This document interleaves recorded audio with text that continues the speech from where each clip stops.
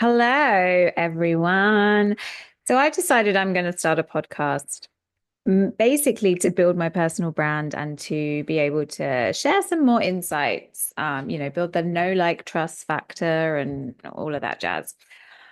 I'm not prepared for today. I haven't really had any thoughts of it. I'm just making a commitment to myself during March that I am going to post, specifically on my Instagram and Facebook accounts every day just to start building some momentum. And I thought today, why not just start recording a podcast? So on Substack, I'm going to host it, which is on my This Is Not a Rehearsal account, profile page, whatever it's called. But today, I was like, where do I start? What is the amazing topic I'm going to open with on the opening podcast episode? And honestly, I don't know. I'm also going to try not to swear on this as well. But I have just come out of a Spanish lesson, and I will say this, I am so bad at learning languages. It makes me want to cry every time. Like, even as I'm saying this, I'm a bit like, oh my God, why am I so bad at languages?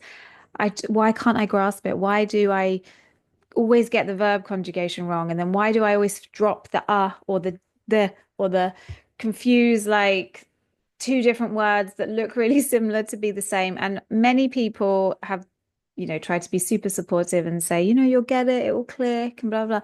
But maybe I'm just a bit thick when it comes to languages. Like maybe I'm just not gifted in that. And I don't want to like take that on as like a truth. I don't want to, I'm mindful that what I keep saying to myself, like even these post-it notes have Spanish on them as a way of me trying to like learn things in my house, like words and what have you.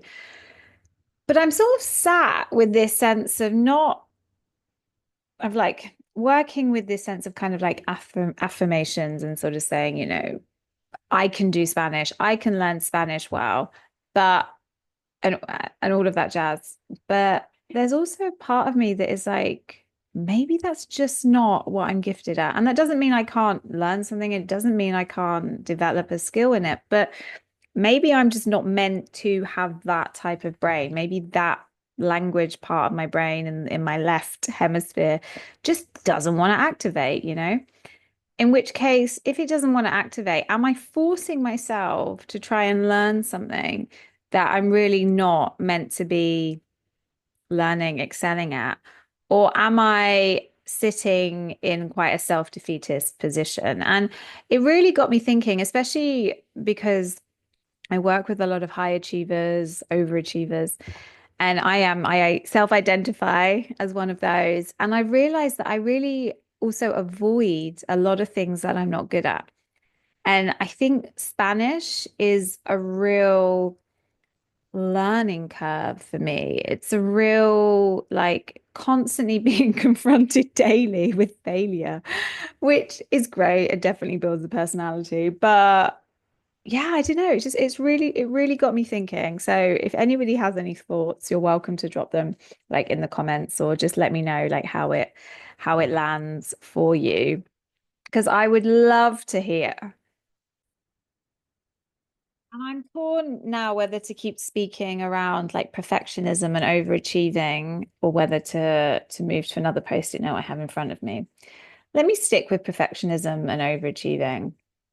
I know from my own personal experience that I really pursued overachieving as a way to seek external validation of my worth. It was like I didn't feel there wasn't the understanding, who knows, of I guess my sensitivity and my creativity, or at least this is the way it has felt as I've reflected back. And I learned that being intelligent or being perceived to be intelligent was a way that I could receive attention. I was lucky that I was always very confident, but I think that confidence came from acting. I remember being 9 and realizing that I just was really good at like playing characters. And I think the first role I played was a toucan in like a school, I don't know, like a school show. I don't know if it's an assembly or a class show or if it was a group production. But I remember being given the toucan role.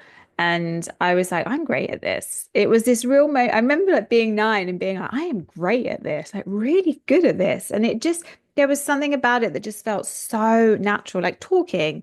I love talking. I love being on stage. I love holding space for people. There are some things that just feel so natural and not just because we have learned that skill. I think it's something that is like really desperately wants to come up and out and through us. And then there's other things that we are much less gifted at. I think with languages, if I'm going to use that as an example, part of the problem is the education system in the UK. Obviously, languages, if you're not in like a bilingual, multilingual house, then you don't really have access to another language. You know, if it's not something that is deemed to be important within that, within your family system, or even like the education system. You know, we start learning languages at 11. Our brains are far too formed at this point for us to find it easy. So that's where the education system fails us again. The education system that is designed for the Industrial Revolution, which we are no longer in.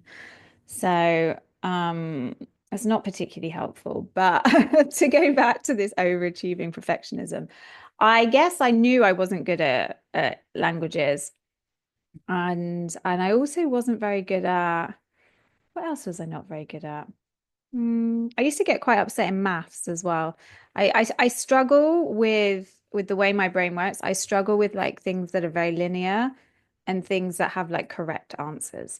I don't like that. I like the ambiguity, things that are ambiguous or things that require like a creative or like what's the word? Like alternative like exploration, or there's like different perceptions of what can be right or wrong. There's no kind of like it is this, you know? So like, even with acting, my take on a character is going to be very different from your take on a character. And there will likely be some similarities because we might sense, you know, that the character's motivation is this, they come from this, or there's, you know, a character description from the writer or the director. But our actual way of bringing that character to life is going to be so different.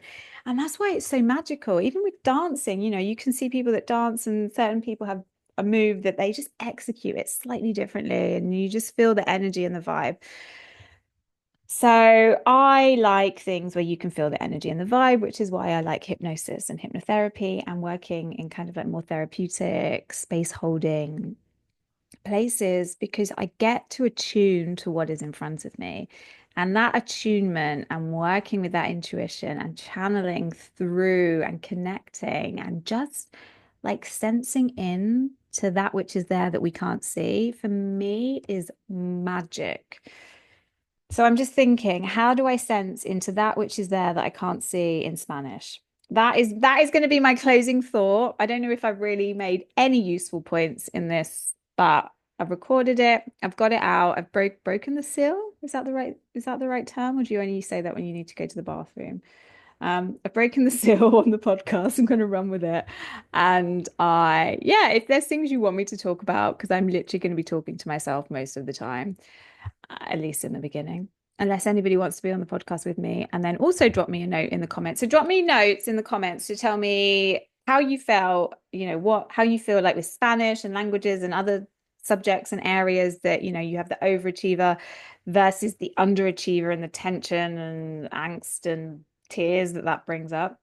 If you want to be on my podcast and what you want to talk to me about, and what you would like me to talk about solo, if there is anything. I've got some ideas and I've got a few of my little post-it notes running around on my table. But yeah, any input is always welcome. All right, big love. Mwah, mwah, mwah.